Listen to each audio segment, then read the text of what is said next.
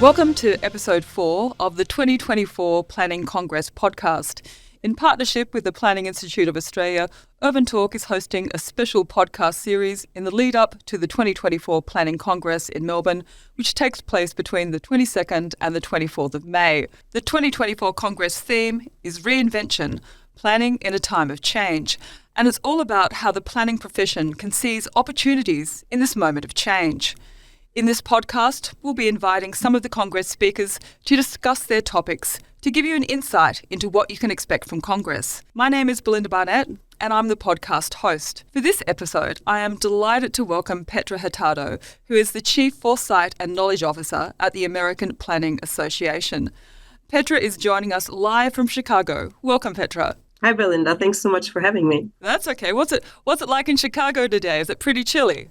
It is cold. Yeah, it's the typical Chicago winter. To start off with, Petra, can you give our listeners an introduction to yourself and what the American Planning Association is all about? Yeah, I'm happy to. As you mentioned, I'm the Chief Foresight and Knowledge Officer at APA. And, the interesting thing is it's really a new position that did not exist at APA until this month. And obviously, being a foresight geek, the expansion of a C-suite based on company priorities is a trend itself. And so adding this role of foresight and knowledge chief tells you a little bit about, what are new priorities at APA. And so foresight and really the management of knowledge based on that has become an important priority here at APA.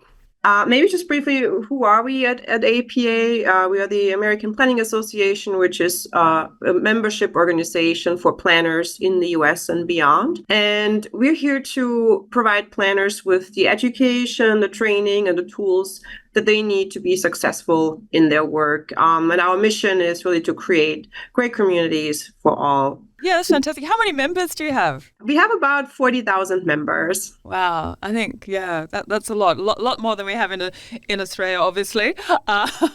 That's a lot to manage. It's a lot of programs and everything to run and coordinate across the country. Petra, the stream you are going to be discussing at Congress is titled A Moment of Change. And you will be sharing the work that you're doing at the APA to equip planners to better adapt and manage change. Learn, Prepare, Act, I believe, is the mantra of the APA, and you have championed a specific program called the Foresight program, which you mentioned in the introduction. You are achieving huge success with that program, and you're now exporting it around the globe. And in fact, PIA are going to be rolling out the program this year, which is really exciting for all of the Australian planners. I don't want to burst your bubble at Congress, but rather I want to whet the appetite of delegates so that they come along and hear more about the brilliant work that you're doing. So would you be able to share with us why the American Planning Association developed the Foresight program and provide an introduction into what it's all about? Yeah, I'm happy to. So, planners, one would think, plan for the future of their communities, right?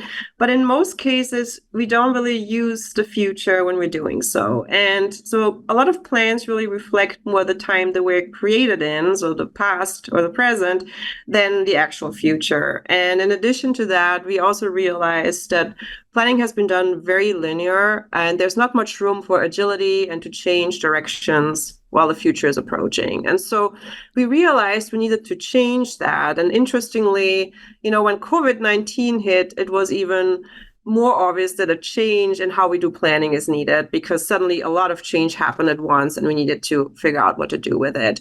And so that's why we started the Foresight program, to really understand some of these shifts and changes around us and to really make sense of emerging trends and how they might affect the planning profession in the future. And the program, the way it's used today, really serves three purposes. So one is the original one, really to educate planners on how to use the future when they do their planning work. So really preparing them and training them on how can we navigate change in our communities in a more agile way. The second purpose is really to use foresight to understand as APA the possible futures of what the planning profession might look like in the future, and help planners prepare for that. And again, provide trainings for that.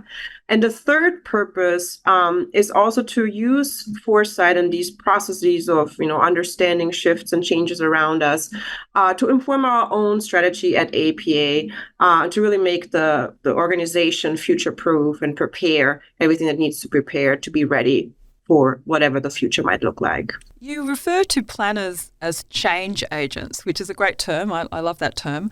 How does the Foresight program help planners identify and manage the drivers of change within communities? Yeah, that's a great question. So I would say, on the one hand, our main product is really our annual trend report that comes out every year in January.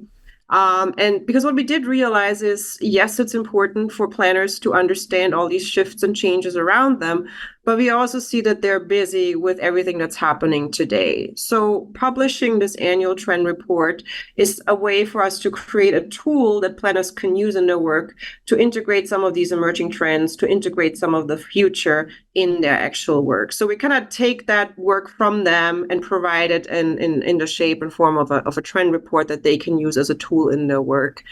The second important part is, I mentioned earlier, we help planners to prepare for the future, and a big part of that is to provide trainings. And so out of our Foresight program, we also developed the Upskill Planners program or initiative, which is really about providing trainings for planners to help them how to tackle some of these trends and shifts that we see in the future. And then the third part that I would say is one of the important pieces of the Foresight program, our deep dives. And those are really different products ranging from, articles to trainings to publications, reports, you name it, on specific trends where we feel like, okay, those are really big disruptors where we need to go into depth and really explain to our membership what is this about and why should planners care. So a big topic in the last few years has been artificial intelligence, because it's a completely new topic to planners, not really the type of space that we used to, work in. And so we provided quite some resources on that topic as a deep dive. What are some of the key skills that you feel that planners are going to have to equip themselves with to be effective change agents going forward? There's really a whole mix of different types of skills. It really includes hard skills or technical skills, as well as soft or human skills. One skill that I think is really almost a prerequisite to all of this is the skill of futures literacy. So that's really about understanding how you can use the future in your work and how you can integrate foresight into planning. But then in addition to that, I mentioned hard skills or technical skills. So there's obviously a lot of technology coming out. I mentioned AI that is new to planners, but there's a lot of potential and a lot of opportunities to use some of these new technologies to make planning more efficient, to maybe get rid of some of these time-intense, repetitive types of tasks that, would free up time for planners to actually focus on the people in their communities. So this is one part, like really creating trainings on some of these technologies and tools that are out there so planners can actually use them responsibly. And then when it comes to soft skills or human skills, there's a lot related to, the shifts and things that are happening around us. One is, planners obviously need to prioritize equity, diversity, and inclusion, but most of us don't really know what that actually means in planning practice. So we started creating and putting out trainings on skills like listening or empathy or compassion. And what does that look like in planning practice? We also identified other skills gaps related to political polarization and societal division that we are experiencing, where, for example, some of our members came to us and said, well, community meetings are getting really uncivilized right now because of this polarization, and it's becoming violent and almost dangerous for us, and what can we do? And so now we provided some trainings on conflict resolution and how to handle these things. So really looking at what are some of the emerging things out there, and what are the types of skills that planners need to tackle it. That's great. Are you feeding that research also back into, say, tertiary institutions to try and see planning courses adapt a bit more, educate planners, I guess, in a way that is going to make them more effective once they enter the workspace? Yeah, there's actually something that we're currently working on to really create more collaboration with universities, because they also have come to us specifically related to our Foresight program and saying, well, there's so many topics out there that we're currently not teaching about. We should probably update our curricula accordingly. And at the same time, that relates to trainings. And I think there's still a differentiation between upskilling and basic planning education, but I think both of it needs to evolve with all of these emerging trends. And so we are currently trying to put together some sort of task force or team that can work on this collaboration with universities to integrate Foresight into university curricula. At the same time, I would distinguish upskilling from the basic planning education in terms of, these are like new skills that really change based on the changing world around us. And what is upskilling today might later become a basic planning education, but it's just a different pace there, because obviously it takes some time to update a curriculum versus, just quickly responding to a trend that is happening.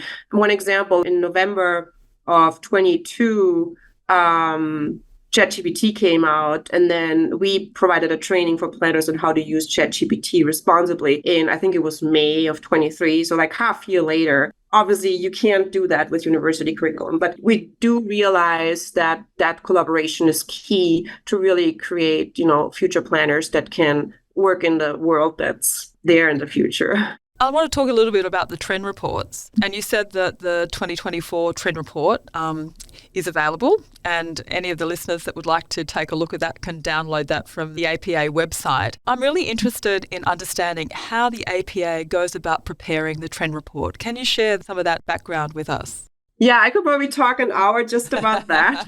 Try to keep it short. So maybe if I just talk about some of the key elements, first of all, what's really important here is that diversity is key for this whole process. Because on the one hand, I do have to say the trend report will never be exhaustive. There will always be trends and things happening that we didn't see and that are therefore not included. But obviously, we try to have it as broad as possible and really include all kinds of different trends, really ranging from technological to societal, environmental, economic, political trends, you name it. And so in addition to the Foresight team at APA, which is about 8 people, we work with different Foresight communities to identify the trends and the signals that go into that report. And so one of our important communities is the trend scouting community, which is about 40 people, and they all are from different professions. So there are planners from different planning fields, but we also have computer scientists, psychologists, engineers, public health professionals, whatever profession you can think of. And they're also from different countries and different age groups, which is really important because we want to have all these different perspectives. So that group comes together 4 times a year and shares with us observations of shifts around them and things that they see and think might be interesting inputs to the trend report. Obviously, we then go in and, verify, is this really a trend or is this just an opinion or what it might be? But that's really a very valuable input to this work. And then we also have a plan tech advisory group because we realize, there's so much development going on in the technology field and we can't really keep track of all of that. So we have some people that do that and help give that input. So that diversity of like different people included in that process is really the most important piece. The report itself, obviously, it has like over 100 different trends, which can be overwhelming. So the other thing that was important to us is really to find the right structure on how can you digest this in a good way and make it a usable tool. And so for that, we created 3 timeframes that we are working with. And so there's an Act Now timeframe, which is about existing trends. So those are things that are already happening around us. Most of the stuff in there is no news to the planners out there. The second timeframe is the Prepare timeframe, which are more the emerging trends. So things that either are new to the planning profession or things that are in general just new and are emerging right now. So those are the things where planners need to start preparing for. And then the third one is what we call Learn and Watch timeframe, which is really about signals or potential future trends. So those are more the things that we don't know yet where they might be going in the future, but we know that we should keep watching them. And then maybe the third element that's important for this specific trend report is really bringing it all back to planning, because obviously our audience are planners. And while in our trend scanning process, we really go for quantity. So with the Foresight Trend Scout community, it's all about just tell us everything you can see and think of. Really looking at any shift or change out there.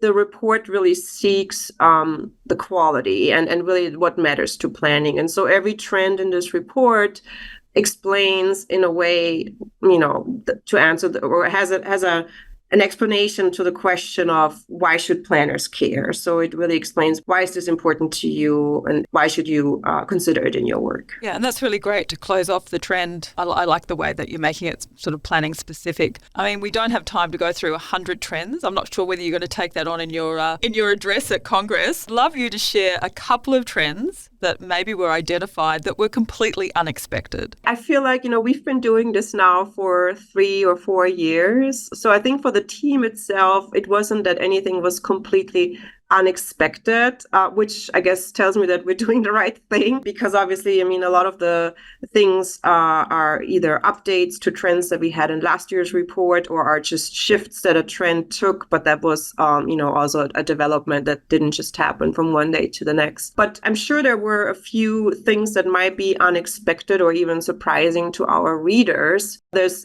different reasons for that, because one thing that's important for us is that everything in the trend report is really expressed in a neutral, fact-based way. So we're not giving any judgment. We're not saying this is a good thing or it's a bad thing. We're just saying these are the things that are happening and this is why they are important to planning. And I can see how, some of the topics that we might have in there could be controversial or difficult to wrap one's mind around. And from the current trend report, 2 topics that I could see fall into this category is one related to climate change. So in the 2024 report, we talk about the topic of managed retreat and really the necessity to start considering if some places might not be suited to live in anymore because of climate change. And when you look at places like Indonesia, where the entire capital city is being moved to a different island, those conversations you can't have in the US. Like if I would suggest to someone, hey, we should move the city of Miami or the city of New York because it will be flooded in 50 years, that's not going to go so well. And so, but these are still things that we really need to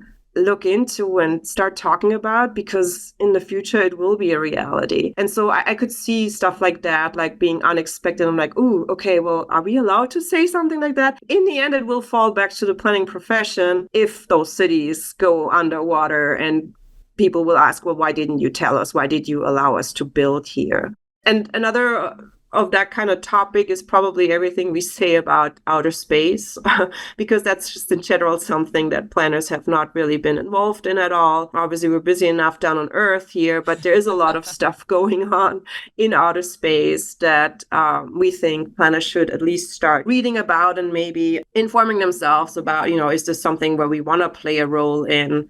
Is this something where we can maybe help to make it more sustainable and improve certain processes that are going on there right now? Yeah, no, they're 2 very interesting topics. It's hard to imagine, isn't it? New York is the Atlantis of the future. I really love the way in the trend report that you don't talk about planning horizons in terms of years, how you are talking about them in terms of a call to action. What's the most significant act now disruptor of change that our profession will be having to navigate? So obviously, I think we will get a different answer depending on which planner or who you're talking to. I always say, priorities really depend on where you are and what the characteristics of your community are. For me personally, what I believe is a really important trend and driver of change that I think if we miss tackling it will fall back on us, and it might be a risk for the planning profession to not be relevant anymore in the future, to be bold and extreme here. That's about the younger generations. We really, as planners, we plan for the future, but we don't really include the people that will actually be living in that future. Yeah. And those are all, the younger generations, the youth and younger. And things like climate change, social inequalities, all of that will fall back on the planning profession if we don't do anything on that right now. And those are the topics that are important to younger people. And so I think, understanding younger generations, how they use technology, what their values are, and also what their fears currently are about the future. Those are things that I think we as planners need to include more and better in the work we do. And with this, really starting to decolonize the future by decolonizing planning. That's a really significant point that you've raised. Are you actively introducing training programs to educate planners how to get younger people involved? Has your work started on doing that yet, or is that sort of something that you're going to be tackling in the coming year? We have started. Our first step was really to find experts that are already working in that field, because obviously we don't want to reinvent the wheel. And there are people out there that do youth engagement for many different things. So we are in touch with some expert at the moment to figure out what's the right format, how can we create a training, and then also, obviously publications and guidebooks and things like that. So it's a topic that's already in the works here, yeah. Fantastic. I know when we were preparing for the podcast, we were discussing the emergence of the citizen planner or the do-it-yourself planner, who is rejecting the expertise of planning professionals. Can you share your thoughts on the rise of the citizen planner and what this means for our profession? Yeah, absolutely. And, that's also something that relates to what we just talked about with, how younger generations are dealing with things differently than maybe other generations used to. The whole citizen planner movement is really a combination of multiple trends. And so that is, on the one hand, you mentioned it, the do-it-yourself movement. So a lot of times these days, we're really rejecting the expert in whatever challenge we face. For example, if your furnace breaks down at home, instead of calling a plumber, you just go to YouTube and watch a video on how can I repair my furnace. So that's the whole do-it-yourself movement. But then that combined with a growing creator economy, which are essentially the people behind those YouTube videos, and then the influence of social media on younger generations, and combining that again with youth activism gets us to how the citizen planner evolves. And so, for example, talking about social media, TikTok is big on planning, and there's a lot of influencers out there that explain why their cities or their neighborhood were planned in a bad way, and how they know how you can do it better. And the interesting thing is also to put steroids on that whole combination of trends is now with generative AI, there's a lot of tools out there that are open access that actually enable anybody to create visuals or whatever it may be on how your neighborhood might look better if it had been planned differently. All of this together creates the citizen planner, which essentially is just a person who critically looks at what's happening in their neighborhood or city and who has the motivation to change things. And on top of it, who has the digital tools to create awareness among the neighbors that things could look better. And so while this might, on the one hand, sound like a threat to planning or to the professional planner, I personally think there's a wonderful opportunity to really include people who are obviously already interested in planning and to include them in a better way into the planning process. So really taking advantage of these AI tools and building a culture of maybe even co-creation with these citizen planners, I think could be a great way to evolve how we do planning and to really make it a process that includes everyone and not just the random people that just show up at a community meeting. In the end, they know best what's going on in their communities. And I believe that would create better outcomes and probably more sustainable outcomes than what we see in some cases. I'm going to agree with you. Nobody knows an area better than the people that live there. So when you are able to embrace and the ideas that are coming from that community and positively bring them into an engagement process, a strategic plan engagement process, it is exciting in terms of what outcomes that can deliver. I'd like to talk about maybe a couple of case studies if we can. I think the Foresight approach, has it been going for 4 years? Is that right? About 4 years, About 4 years. I'd love you to be able to share a couple of case studies to illustrate the program's success. Can you share a couple with us? Yeah, I'd be happy to. So in terms of the success of our Foresight rollout, I think we definitely all learned our lessons with the COVID-19 pandemic, and planners can really see, the value in using Foresight in their work, given the disruption that we just went through. So one success factor is certainly the demand and interest in this work. So the trend report has been our most downloaded publication for the last 3 years now. And we're getting more and more requests for trainings in terms of how can I use the trend report or how can I make sense of some of these trends. There's also, interestingly, great interest among our members and beyond in serving in our Foresight communities. So when we started our trend scouting community, we were a little concerned that we are asking them for a lot of input, but we're not giving anything back until we realized just for them being there and being part of this effort creates a lot of value for them as well, because they see what's happening in other places and what challenges others have to deal with. And it really creates this group of people that feel like we're part of this process and we're here to help spread the word. And can I stay for another year? That's obviously very, very helpful. And then I would say another indicator of success is really also the interest in our upskilling offerings. So obviously people understand that,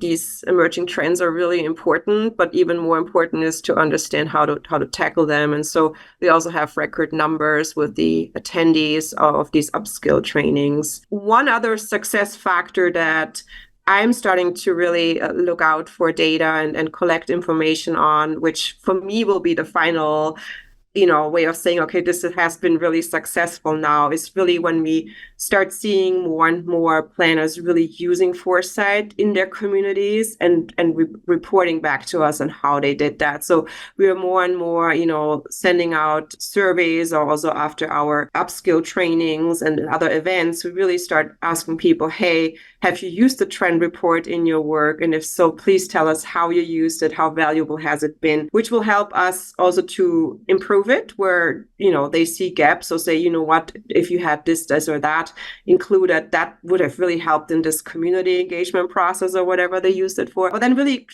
you mentioned the word case study, like starting to create these case studies of how do people actually use this in their work and how has it resulted in, more sustainable and equitable outcomes for their communities. So I know that's going to be, a few years down the road, because obviously to measure success, that will take a while, but I'm looking forward to the time where we can say, oh, now Foresight has become the state of the art of planning, and that's just what planners do now. Thank you so much, Petra. Foresight is certainly heading in the direction of the state of the art of planning, and congratulations on all the brilliant work that you and your team are doing at the APA to bring it to the forefront and to ensure that planners are better equipped to be change agents. I know that delegates will be rushing to hear you talk at Congress. I'll certainly be there and looking forward to hearing your full talk about Foresight. So thank you so much for taking the time to speak with me today. Thanks so much for the opportunity to be here. If you haven't already registered, I encourage you to go to the Congress events page of the PIA website.